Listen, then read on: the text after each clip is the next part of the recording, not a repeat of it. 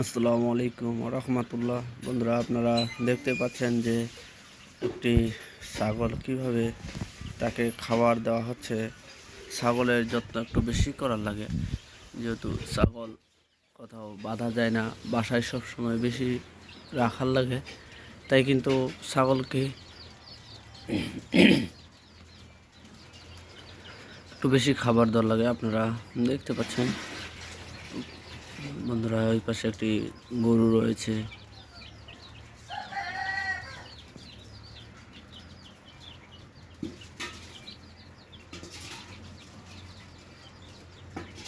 যখন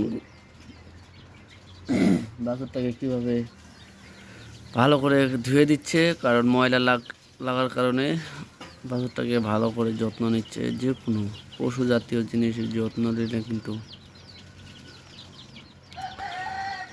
তারা অনেক ভালো থাকে,